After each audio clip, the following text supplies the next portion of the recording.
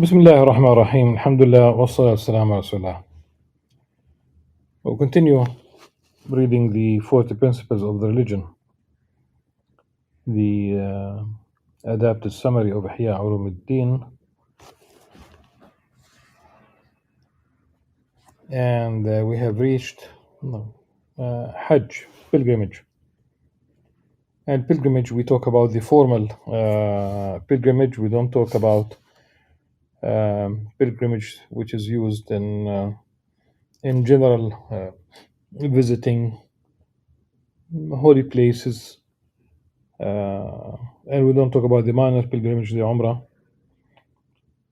which is still done, performed at the same place in Mecca with less rituals, and it is done throughout the year. But the time for pilgrimage for Hajj is 2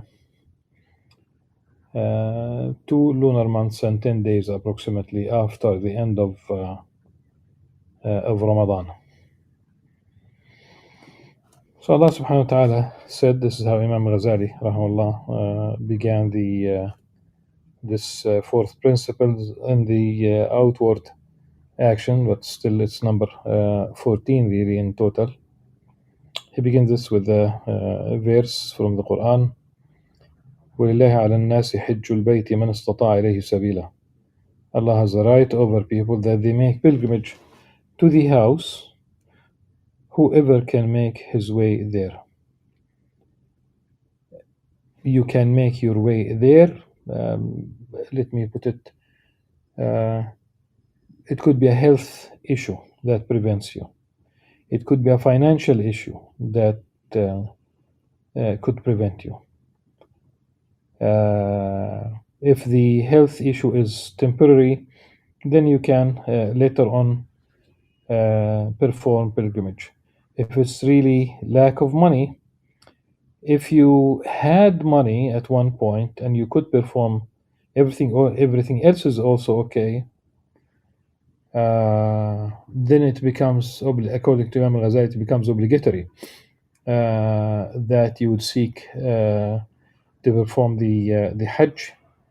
So much so that he said you can even ask people for their zakah money to perform it, because it became required of you as a person,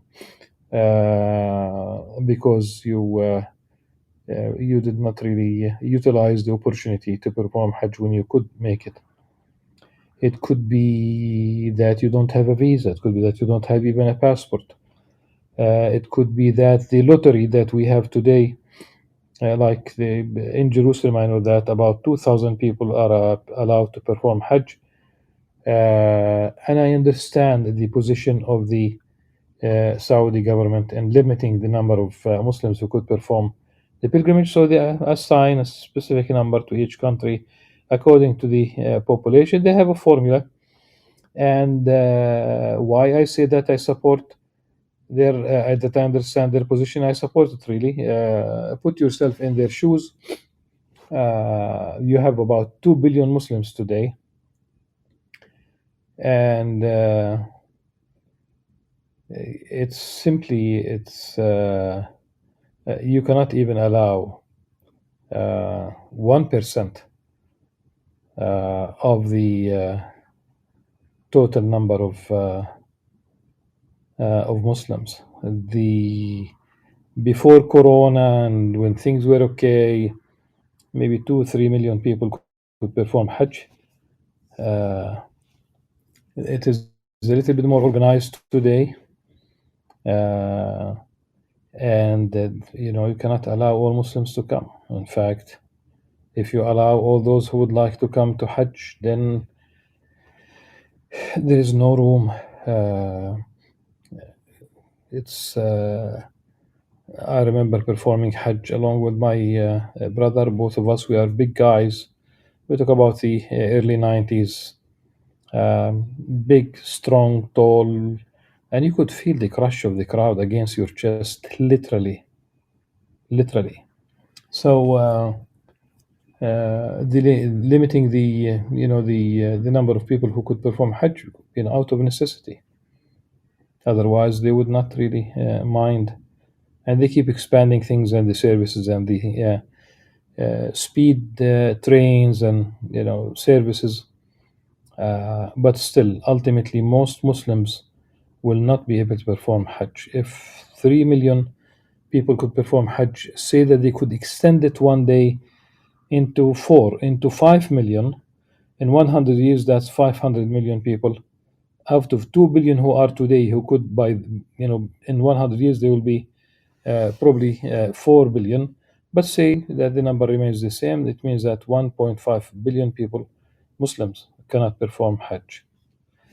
So this is the من استطاع إليه سبيلا.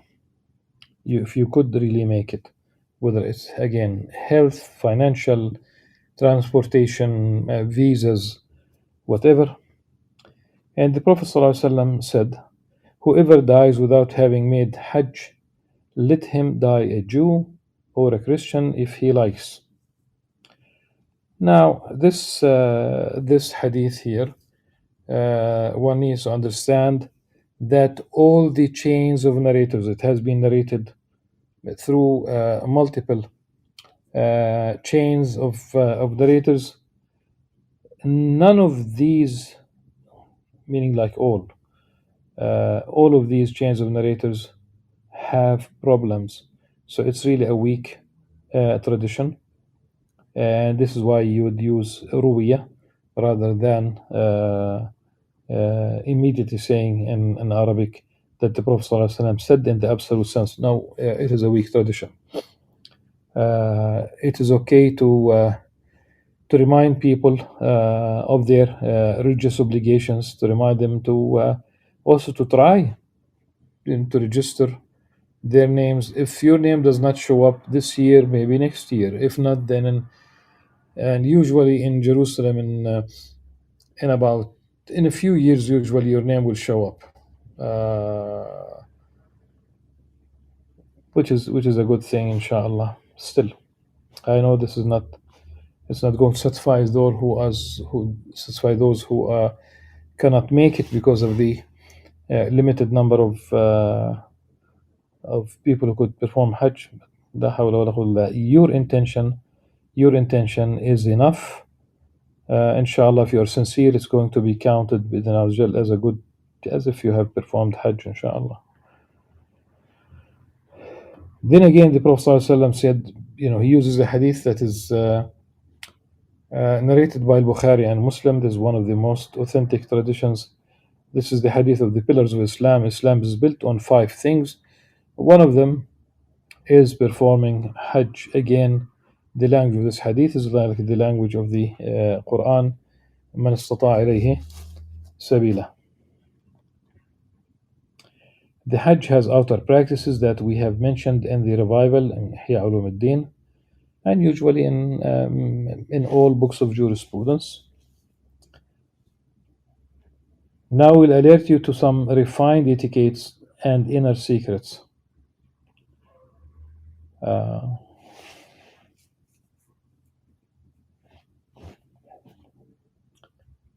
So don't look for the how to perform Hajj here per se. This is about the what etiquette, what ethics, what mannerism one should follow during Hajj. Imam Al-Ghazali says there are 7 etiquettes. The first is that a person takes a righteous friend with him along with good permissible spending money. Okay.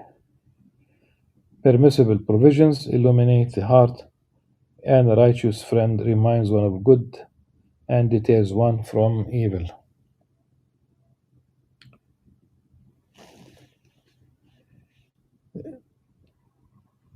Permissible, we talk about halal, because I've noticed that sometimes the word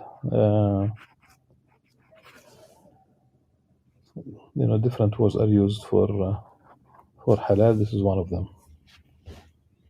Why? Because this is an act of worship, In fact, you should not use the haram money anyway. So it's should be halal. This evening at Al-Aqsa Mosque, someone said that the problem with the society at large, why we cannot change, one factor that he mentioned, he said that people are not eating halal anymore. And of course, this is overgeneralization, but obviously the message is clear. People are not eating halal. And this is why you have all these problems emerging amongst people. And always keep the company of a righteous friend. Why would you befriend someone who's not righteous? A colleague is one thing, okay? A working relationship is one thing. But a friend, Sadiq will basically, it's about the same root for truth. Sidq and Sadiq. Sadaqa.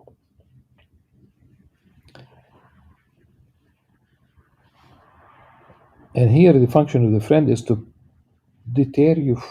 It's deterrence, deterring you from doing evil. The second etiquette is that a person removes his hand from commercial wealth so that his thinking is not variegated, his mind is not divided, and his heart is clear for the visit. Of course, a Muslim is permitted outside of Hajj, like once you are done with Hajj, okay, you are permitted to do business, to do trade. If you take goods with you and you sell or you buy goods from there with the intention of doing business, that's permissible. But Imam Ghazali does not want you to have two aims at the same time, though it is permissible. One is enough, and that's basically to worship Allah subhanahu wa ta'ala.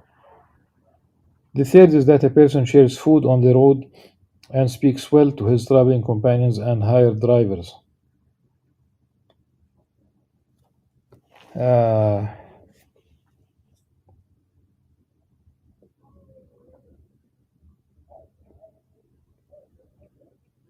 It means simply being generous. That's really it means being generous.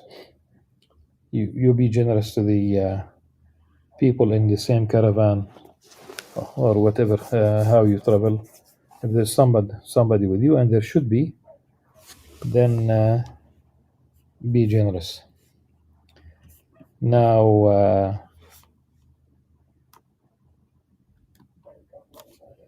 the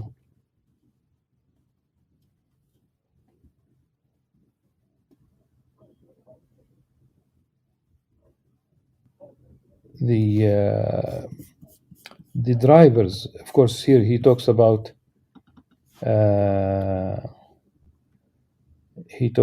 the animals, okay.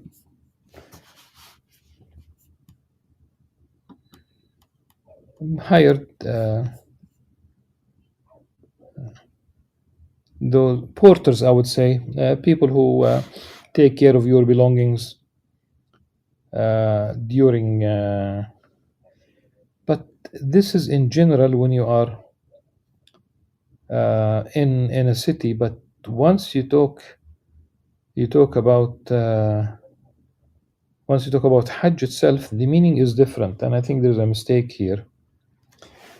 The Makari is in Arabic, because that's the Arabic text, really. Okay.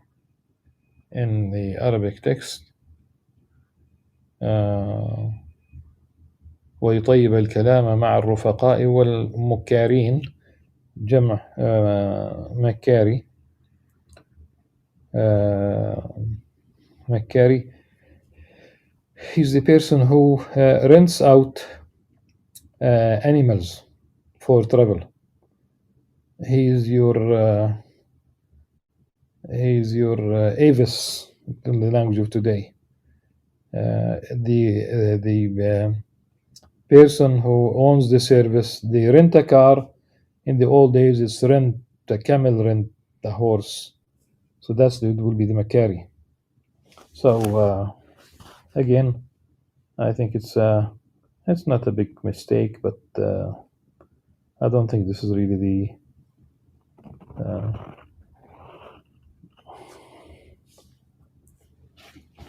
hired drivers. You rent basically you rent the animal, and of course the owner is there. He's the Macari. The fourth is that a person leaves off using profanity, arguing, idle chatting, or talking worldly affairs.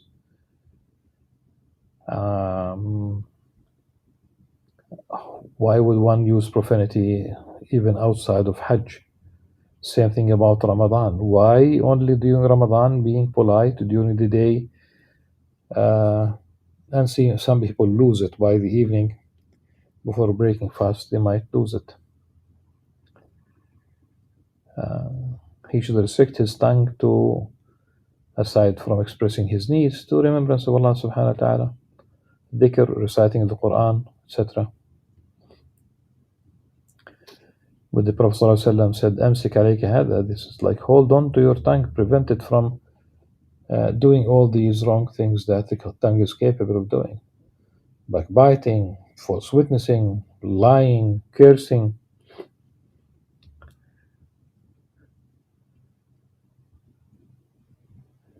The fifth is that a person rides a camel without a saddle and is of shabby appearance, dusty with unkempt hair, as is the appearance of the poor, as opposed to being dressed up.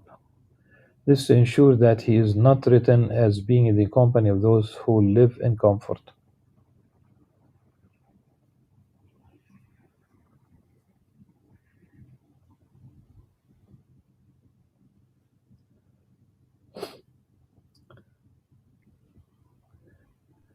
I think the word comfort is problematic here, who live in comfort. Mutarafih, so should that be amongst the mutarahifin?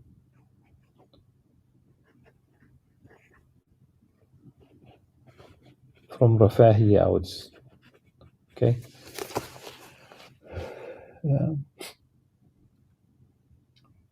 Probably it goes beyond comfort. Really, it's about being pampered, leading a luxurious life. Rafahiya, it goes beyond really.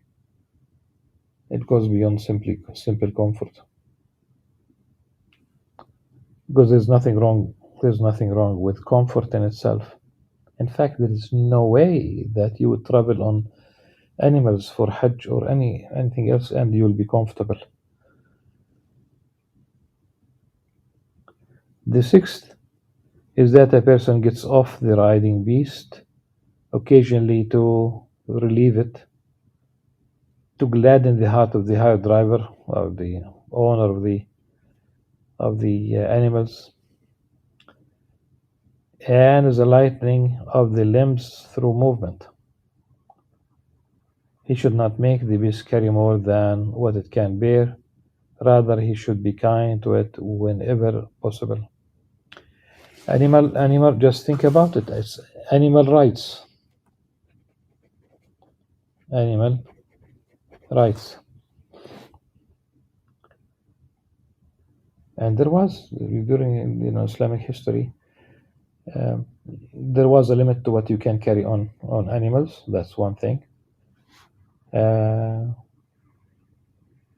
Number two, there were retirement, like endowments for retired animals. And it's something beautiful. And not only animals that are beneficial, by the way, like the camels, but also cats. There was a waqf, to my knowledge, that was dedicated to the stray cats of Damascus in Syria, and much more than this. The seventh is that a person should be cheerful about whatever money he spends and whatever fatigue or loss befalls him, he should see that as a sign of his Hajj acceptance or Hajj's acceptance, and thus expect the reward for it. Whatever you go through, as I said, there has to be hardship. There has to be hardship. You talk about those millions of people, and you stay at the airport for a while to be processed. On the way in, on the way out. There's a whole section of the airport in Jeddah for those who do not know. So it's an hour ride from Mecca to Jeddah, and they have drivers who could really make it, and taxi drivers who could make it really in a fraction of that time, but they drive dangerously, very dangerously. Okay. So the whole section of at the airport in Jeddah, it is called the pilgrimage airport. It's not an independent airport, but it's separate where, as I said, people they might stay. I lost my flight. I headed to the office that processes the pilgrims after the noon prayer, after the pilgrimage, after the noon prayer, and my flight was about almost midnight, and they kept dragging things. They did not send me and others to the airport until very late with a first-time driver, a part-time job. First time that he drives to the airport, he would stop at construction sites to ask for how to get to the airport. And ultimately, when we arrived, it's only on the third night that I could fly from that pilgrimage airport. Things happen, so don't expect an easy ride always. As for its secrets, there are many. We will mention two that symbolize the gist of them. The first of them is that it takes the place of monasticism that was in other religions. Really, we talk about it replaces rahbaniya, okay, as has been related in the hadith. Imam does not mention the hadith, and there are several traditions even that compare Hajj, or basically the Rahbaniya for Muslims, the monastic life, if you will, that the word jihad is used in many of them. All of them, with no exception that I have read, are not sound traditions. Okay. But there is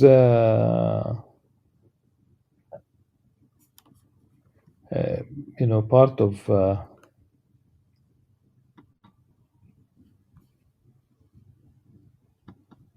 what Ibn al-Qayyim said about the Hajj al-Rahbani. You have beautiful, not a tradition, not a prophetic tradition, but you have beautiful talk, really, that one should dedicate his time to the service of Allah, to worship Allah subhanahu wa ta'ala. But that's about it. It's not really a hadith per se.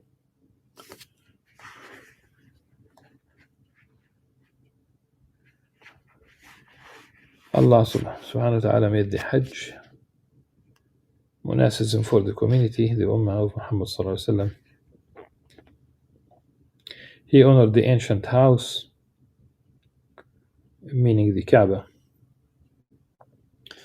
that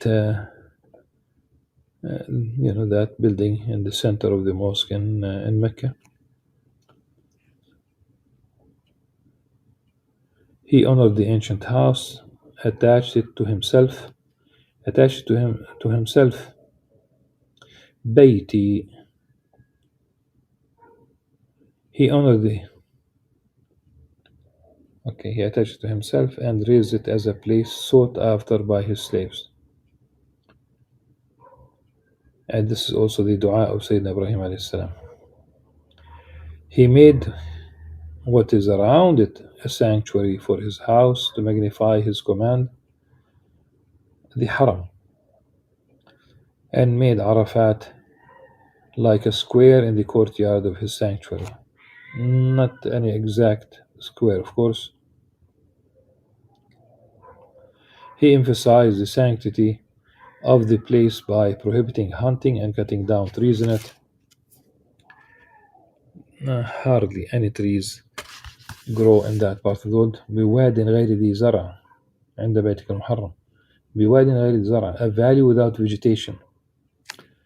It is if you think about the rocks of the mountains in and surrounding Mecca, these are volcanic rocks, and in the middle of the day, heat radiates from these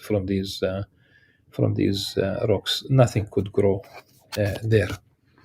So if you pass by some shrubs somewhere, you cannot cut down the shrubs.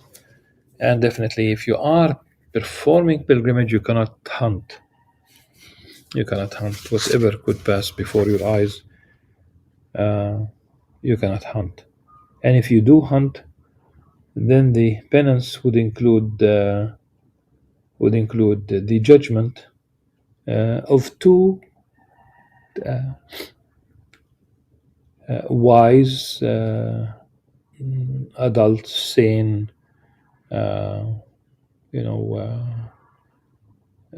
just, truthful men. They judge. They judge in that ultimately he would, if he hunts, then he will offer an animal of the same level, same weight, same kind, more or less. You hunt a gazelle, and probably a goat is the equivalent. We don't talk about elk, we don't talk about moose, we don't have that in that part of the world. But if it's really a small gazelle, then probably a goat will be the penance. If it's larger, then it's larger.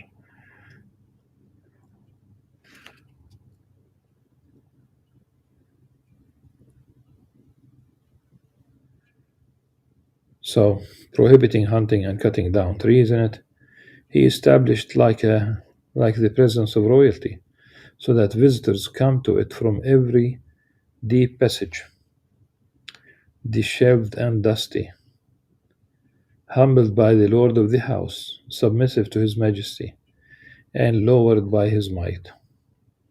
All of this is with the acknowledgement of his transcendence beyond a house enclosing him or a place encompassing him.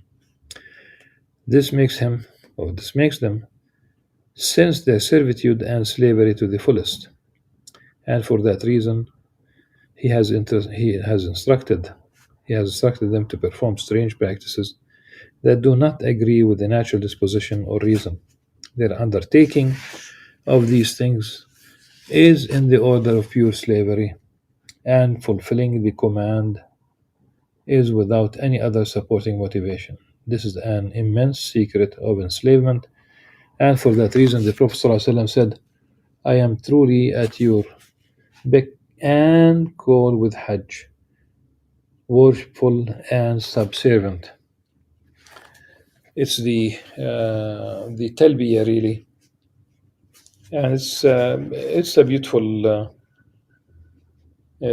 thing. لبيك بحجة حقا تعبدا ورقة.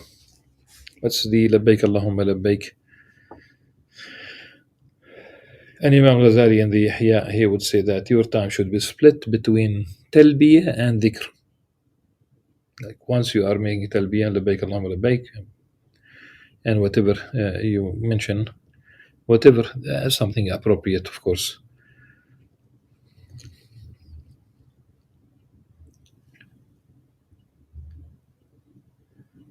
The second category is that this journey was veritably set up as a likeness of the journey of the afterlife. Hence, in fact, Imam Ghazali says if you would like to look at people on the day of judgment like something similar, it's the sight of people on Mount Arafah during pilgrimage. You look at them almost kind of wrapped in shrouds. What are these two these two pieces? And soon, nothing fancy, no fashion is allowed. Uh, Equality is practiced. You know, no matter what one's background, you cannot really wear something other than that which is prescribed. Two simple pieces of cloth. And soon.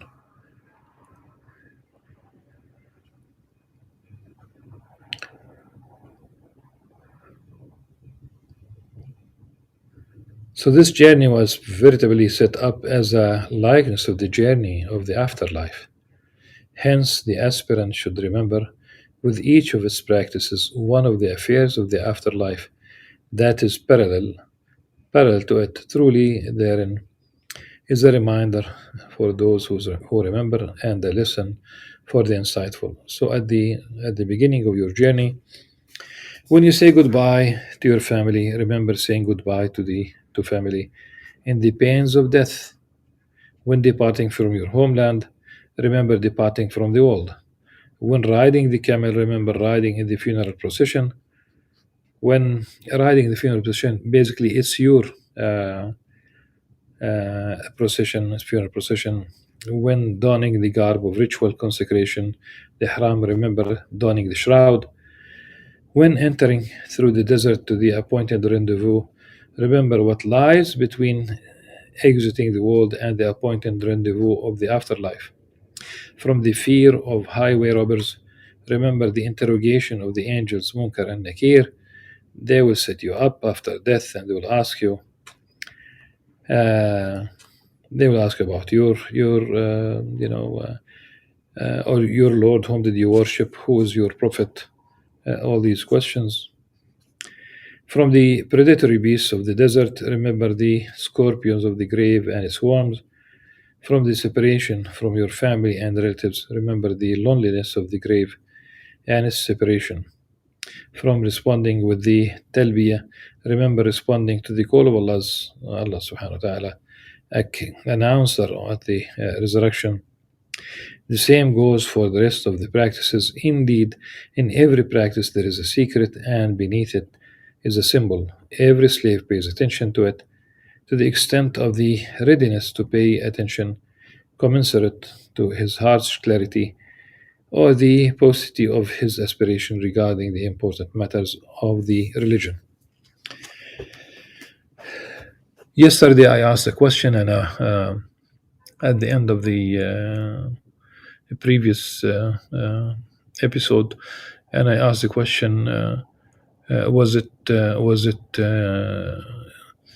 Ismail alayhi salam or Ishaq alayhi salam who was supposed to become or who was really the one who was going to be offered, who was replaced with with Ram.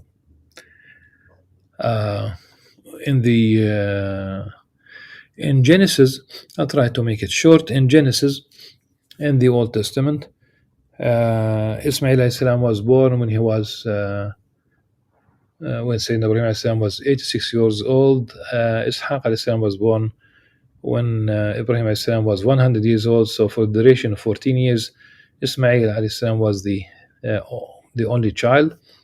So the command there in Genesis Allah subhanahu wa ta'ala asked Ibrahim alayhi salam to offer his only son. And his only son is obviously only Ismail for 14 years. After the 14 years, none of them, after the birth of Ishaq alayhi salam, none of them was the only son anymore. You cannot be the only son when there are two or three or four or whatever. You are the only son as long as it's on the only son. Now, the problem is that it is followed by the word Ishaq in the Old Testament. And the rabbis relied the tension between both words. It cannot be that Ishaq alayhi salam is the only son and being Ishaq. Only Ismail alayhi salam could be. And they created post-revelation constructs to solve this tension between these words. Nothing that could be accepted. Now, in the Quran, I have watched one prominent Muslim scholar on TV saying that it was Ishaq. That's a big mistake. And I think it's in the it's almost done with this notion of the new notion around the Arab world, the notion of normalization. It's also influencing the interpretation really of the Quran and the Hadith and other things. In the Quran, we know that Sarah alayhi salam was barren for all these years when Ismail was around. And when the angels were on their way to the people of Lut alayhi salam, they brought good omen to Sarah that she will bear a child, she will become pregnant with a child whose name is Ishaq, Isaac, and that Ishaq himself will have a child of his own whose name is Yaqub, Jacob, the one who follows on the heel of Yaqub, Aqib. فبشرناها بإسحاق ومن وراء إسحاق يعقوب. Now, if you think about analytically, there are other verses that one can cite, but if you think about what this verse means, Allah subhanahu wa ta'ala guaranteed that there will be a child whose name is going to be Ishaq. And Allah subhanahu wa ta'ala guaranteed that this child will grow old enough to become an adult and get married and will have a child of his own whose name is Yaqub, Jacob. Like Ibrahim alayhi salam will have a son whose name is Ishaq, and this Ishaq will be old enough to get married, and Ibrahim alayhi salam will have a grandchild whose name is Yaqub. Think about it. If Allah subhanahu wa ta'ala guarantees that someone who did not exist yet will be old enough to get married, could he be the sacrifice? Absolutely not. Absolutely not. It is absolutely Ismail alayhi salam. As I said, there are many verses to this, that one can talk about. There are a couple of prophetic traditions, but suffice it to say that it is Ismail alayhi salam and not Ishaq. We believe in both of them on equal footing, and it is Mecca rather than Jerusalem. And practically everything that we do in during Hajj, of course, Prophet Muhammad sallallahu alaihi wasallam taught us, but everything is about Sayyidina Ibrahim alayhi salam and his family. Like when Hagar alayhi salam walked between the two hilly areas that we walk today, the Safa and Marwa, so that's part of his family. And the sacrifice. Imagine, one can say all these beautiful things about the sacrifice and the Abrahamic. This is really the Abrahamic family, not something else. The family of Ibrahim alayhi salam and his both offspring. And of course, there are fanciful stories in the Old Testament that sometimes